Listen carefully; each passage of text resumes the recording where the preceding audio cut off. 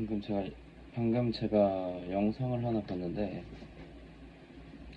앤드류 테이트랑 조던 피터슨 교수가 공통적으로 중요하게 생각하는 삶의 요소에 대한 영상이었어요.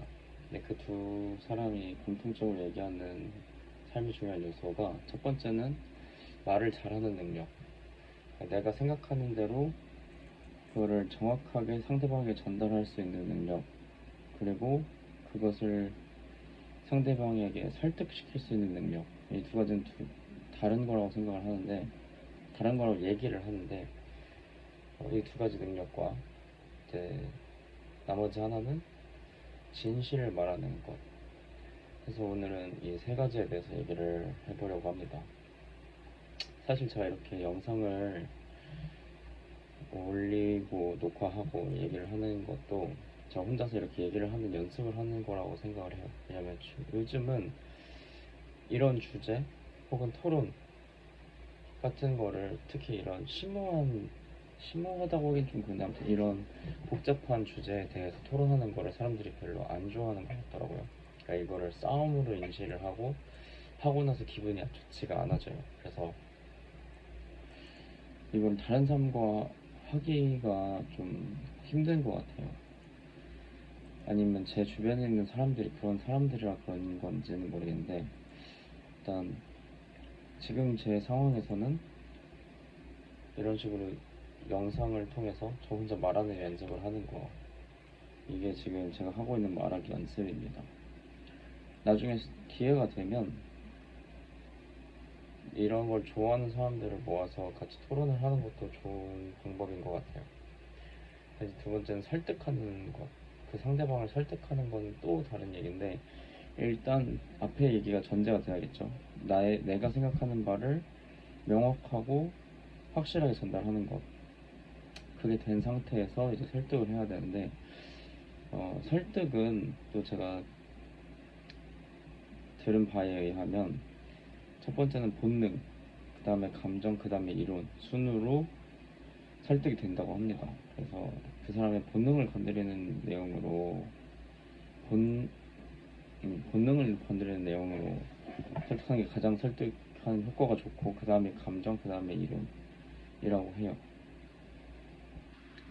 그래서 설득하는 방법은 본능이 무엇인지, 그리고 감정이 무엇인지를 먼저 생각을 해봐야 할 것 같아요. 이론은 그냥 뭐 쉬울 것 같아요. 제 입장에서는 그게 그렇지가 않은데, 본능에 호소하는 것, 감정에 호소하는 것, 이거는 좀 더 공부가 필요한 분야인 것 같습니다. 그래서 지금 제가 생각을 해보면 본능이라고 하면 욕구들이겠죠. 그런 욕구들을 충족시켜주는 것이 본능에 호소하는 게 아닐까.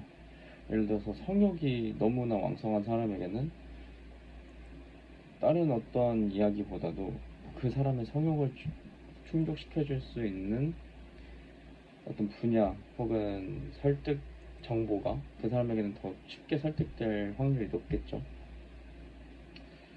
그래서 그런 본능에 해당하는 것, 오늘 지금 생각해보니까 그런 거겠네요.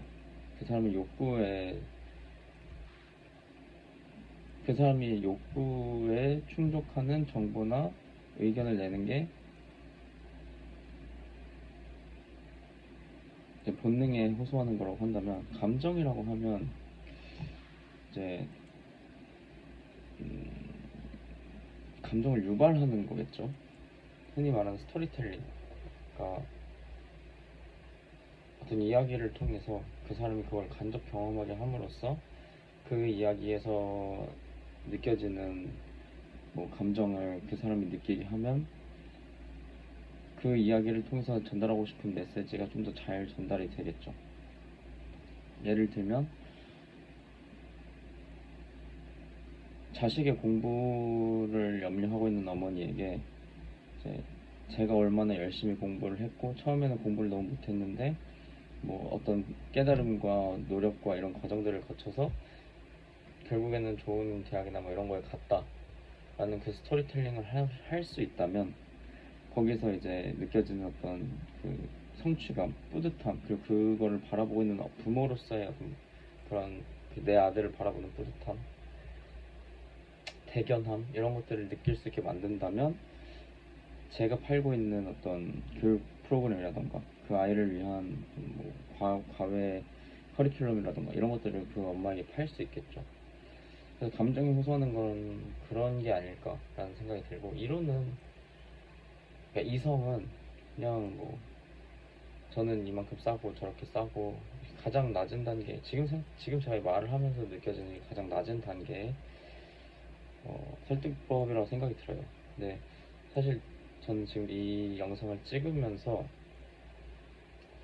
생각을 해보지 않았어요. 그러니까 이 영상을 찍기 전에 본능으로 설득하는 게 뭘까, 감정을 설득하는 게 뭘까라는 걸 생각을 안 해봤는데, 이렇게 말을 하면서 내가 말을 해야 한다라는 압박이 있으니까 뭐라도 얘기를 하게 되고, 또 하면서 제 아이디어가 정리가 되는 기분이거든요. 되게 좋은 것 같아요. 이런 식으로 영상을 계속 만들면 말하기 연습을 계속 할 수 있지 않을까라는 생각이 드는데, 이거는 사실 제가 이전 영상에서도 얘기를 했는데, 유튜브를 하는 이유 중에, 제가 지금 유튜브를 하는 이유 중에 하나가 말하는 법을 다시 습득하려고. 옛날에는 말하기를 진짜 잘했거든요.